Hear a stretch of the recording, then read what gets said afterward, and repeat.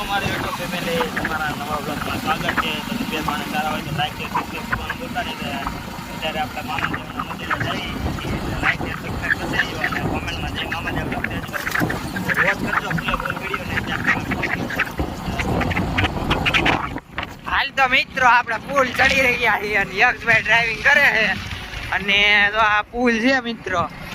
વાહ ભાઈ વાહ પુલ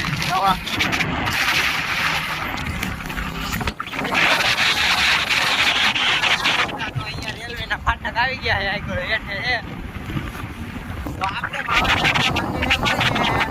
તો કેમ છો? તો અત્યારે ફાઇનલી પગી ગયા છીએ.